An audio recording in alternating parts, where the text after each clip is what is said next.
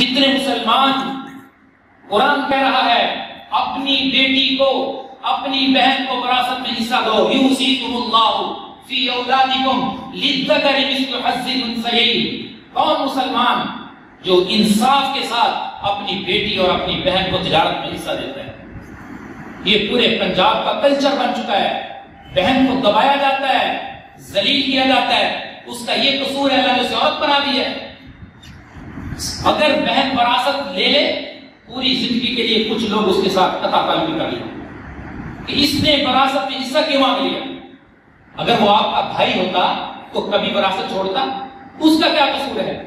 اسے اس انداز میں بات کی جاتی ہے کہ یہ اللہ کے نبی نے فرمایا جس نے کسی وارث کو محروم کیا اس نے جنت میں اپنا حصہ ختم کر لیا۔ ساری زمین بیٹوں کے نام، بیٹیوں کا کیا؟ جنت سے محروم ہو گئے، اپنی آخرت برباد کر گئے، اپنی قبر خراب کر گئے جنہوں نے اپنی بیٹیوں کو وراثت میں حصہ نہ دیا، ساری زمین بیٹوں کے نام کروا دی۔ وہ فکر کریں، وہ بھائی فکر کریں، پولیس والا نظر آتا ہے کہ رشوت لے رہا ہے، ہر انسان کہتا ہے پولیس والے رشوت لیتے ہیں۔ جس انسان نے اپنی بیٹی بہن کی وراثت پر قبضہ کر رکھا ہے وہ بھی حرام کھا رہا ہے۔ یہ ذرا مہذب طریقے سے حرام کھا رہا ہے، وہ ذرا اور طریقے سے حرام کھا رہا ہے، دونوں برابر ہے۔ باپ کی وفات مسئلہ یاد رکھیں، یہ مسئلے کا لوگوں کو پتہ نہیں ہے، معاشرے میں چلتے ہوئے مجھے بہت سارے لوگ نظر آتے ہیں، اس لیے بتانا چاہتا ہوں۔ باپ کی وفات کے بعد بیٹوں کا حق ہے فوراً وراثت تقسیم کریں۔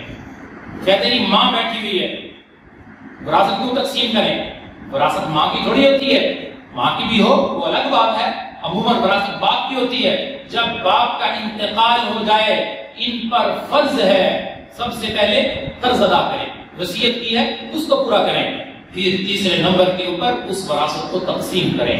جو بیٹی کا حصہ بنتا ہے، جو بہن کا حصہ بنتا ہے، اس بھائی کے اوپر فرض ہے اسے پہنچائے، اسے ادا کرے، اس کے نام کروائے، پھر پتہ چلے گا بہن واپس کرتی ہے یا نہیں کرتی۔ لیکن اپنی بہنوں کے مال کے اوپر سانپ بن کے بیٹھے ہوئے ہیں۔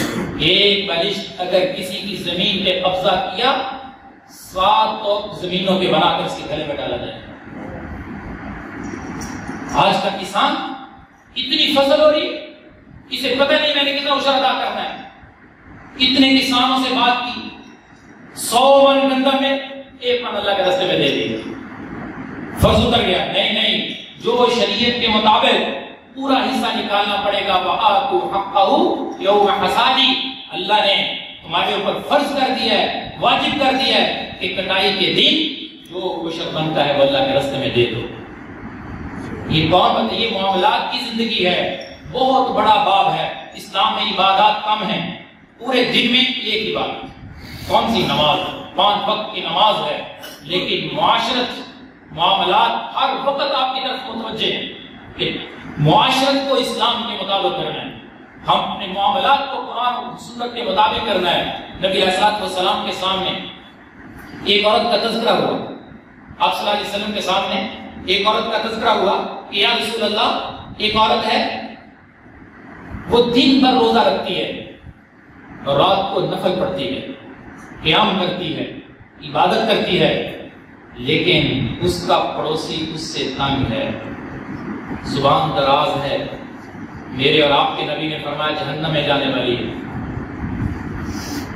اور فرمایا ایک اور عورت ہے جو دن بھر روزہ کو نہیں رکھتی، قیام اللیل کو نہیں کرتی، صرف فرائض واجبات ادا کرتی ہے، لیکن زبان کی بڑی مٹھاس ہے، اخلاق بڑا اچھا ہے، پڑوسی بڑے خوش ہیں، تو میرے اور آپ کے نبی نے فرمایا جنت میں جانے والی ہے، جنت میں جانے والی ہے۔ جس کا اخلاق اچھا ہے اللہ اسے جنت میں داخل فرمائے گا، پڑوسی اس سے خوش ہے۔ حضرت جبرائیل علیہ السلام نبی علیہ السلام کو پڑوسی کے بارے میں اتنی تاکید کرتے ہیں، آپ صلی اللہ علیہ وسلم فرماتے ہیں کہ اتنی تاکید کی پڑوسی کے حقوق کی کہ مجھے خطرہ ہونے لگا کہیں پڑوسی کو وراثت میں حصے دار نہ بنا دیا۔ ہر ایک دوسرے سے لڑائی کی ہوئی، محلے میں سے کوئی بولتا ہی نہیں، بھائی نے اس طرف کو پھیرا ہوا ہے، دوسرا بھائی دوسری طرف کو پھیر چکا ہے۔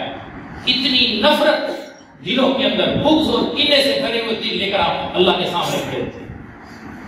تو میں عرض کر رہا تھا میرے بھائیوں، قرآن کے نازل کرنے کا مقصد پیغام ہدایت، اور قرآن کے اندر یہ تاثیر ہے کہ جس نے قرآن سے دوستی لگائی قرآن نے اس کا ساتھ نہیں چھوڑا، دنیا کے اندر بھی اس نے قرآن کی دوستی کے فوائد دیکھے، اور قبر بھی اللہ اس کی روشن کر دے۔ جو قرآن سے محبت کرے گا، قرآن کے اندر اللہ نے وہ تاثیر رکھی ہے، وہ دلوں کو موم کر دیتا ہے۔